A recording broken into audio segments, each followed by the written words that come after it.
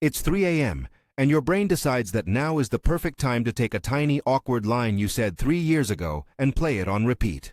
You can feel your chest tighten, your face heat up, and suddenly you're back in that moment. Only this time you're the director, the critic, and the audience.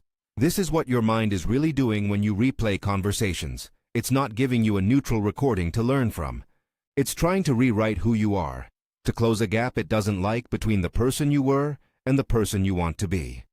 If this hits home, subscribe so you don't miss future deep dives into how your mind actually works. When you replay a conversation, your brain isn't studying them. It's rehearsing you. Maybe you remember laughing too loud, or stumbling over a word, or saying something you instantly regretted. The replay feels targeted at that other person, as if they're the jury judging you.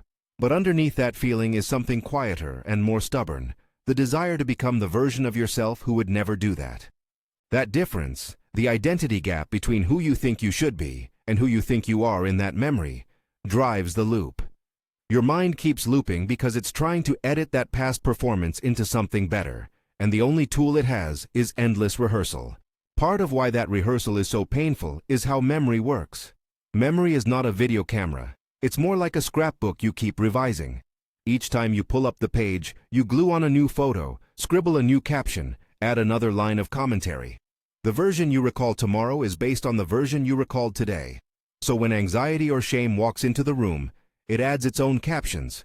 What if they judged me? What does this mean about me? And those captions stick. That's why the same scene becomes meaner every time you revisit it. In short, memory tends to reconstruct, not record, which means replaying a conversation often manufactures details that make the story more damaging than the original moment. This is what your mind is really doing when you replay conversations. It's not just misremembering, it's rehearsing an identity problem. The loop convinces you that one small slip equals a permanent truth about you.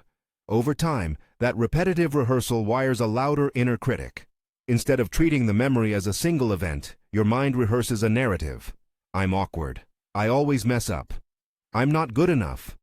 That narrative then colors future interactions, making you more anxious about how you appear and more likely to interpret neutral moments as evidence of failure.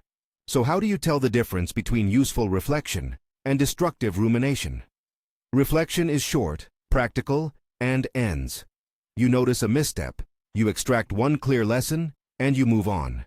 Rumination is looping for its own sake. It asks the same questions in the same tone and never lands on a conclusion. Try these quick self-checks. Did I get one concrete takeaway I can actually use? Or am I replaying the same scene without adding anything useful? Is this replay happening because I'm trying to solve a real problem, or because I'm trying to punish myself into perfection? If your answers point to endless looping, you're in rumination territory. If you can state one lesson and stop, that's reflection. This is what your mind is really doing when you replay conversations. It's seeking control where control doesn't exist. You can't change the past, but the brain knows how to keep you busy convincing yourself you can. That drive to control shows up as rehearsing the best possible comeback, imagining the worst possible judgment, or running future conversations in your head like practice sessions. The problem isn't the desire to be better. Growth requires reflection, but the method. Rehearsing an ideal self over and over makes the real self feel less acceptable, and that gap causes more anxiety, not less. There are practical things you can do the moment the replay starts, and habits you can build so it happens less often. First, interrupt the loop with a brief anchor phrase. Say aloud or in your head something like, "That's past. I'm here now."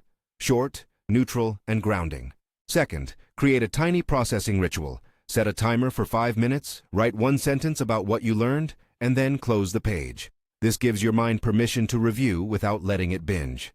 Third, schedule a single processing slot in your week, 15 minutes on a Sunday evening, so your brain stops feeling it has to do everything in the 3 a.m. quiet. Those are simple, small actions that respect your mind's urge to process while keeping it from taking over your life. If you want micro tools you can use immediately, try these 3. An anchor phrase, a one-sentence journal, and a behavioral redirect. Anchor phrase. That happened then. I'm here now.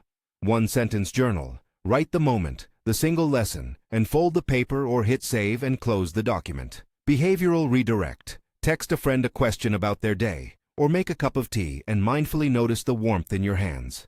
The point is to acknowledge, capture the lesson, and move attention into something sensory and present. This is what your mind is really doing when you replay conversations. It's often trying to protect you from future embarrassment by endlessly perfecting a past moment. That intention is not villainous, it's human. But the effect is counterproductive. The more you rehearse the ideal you, the more you prove to yourself that the current you is lacking. A healthier approach is to let the past be evidence of learning rather than proof of defect. Remind yourself, out loud if you need to, that a single awkward line does not define your competence, your kindness, or your worth. Another practical distinction to use in the heat of the loop is to ask, is this helping me act differently next time, or is it keeping me stuck? If replay leads to a concrete behavior change, practicing a presentation, preparing for a conversation, apologizing when appropriate, then it's likely reflection. If replay is the brain's version of background noise that leaves you exhausted, it's rumination. 3 behavioral cues of rumination. You can't stop the thoughts. You replay the same scene with increasing intensity, and your mood stays down after the replay. If those are present, use the 5-minute ritual, the anchor phrase, and a present-focused activity to break the cycle. You don't have to overhaul your inner life in one night. Tiny shifts compound. Start with a few compassionate scripts you can actually say to yourself in the moment. I did the best I could with what I knew then. One line doesn't erase all the good I bring. This feeling is loud right now, but it will pass. Say them as if you're talking to a friend, because other people's slip-ups don't define them, and your slip-ups don't define you either. Practicing these lines won't erase embarrassment immediately, but it does begin to rewire how your brain interprets the replay. This is what your mind is really doing when you replay conversations. It's using rehearsal as a strategy for an identity problem. You still have agency. You can redirect that energy into present relationships where the return is real. Instead of perfecting a past performance, invest in the conversations you are actually having. Ask a genuine question, listen with curiosity, offer one small affirmation to someone else. Those moments build new evidence about who you are in the world, and they're much more useful to your self-image than an endless rerun.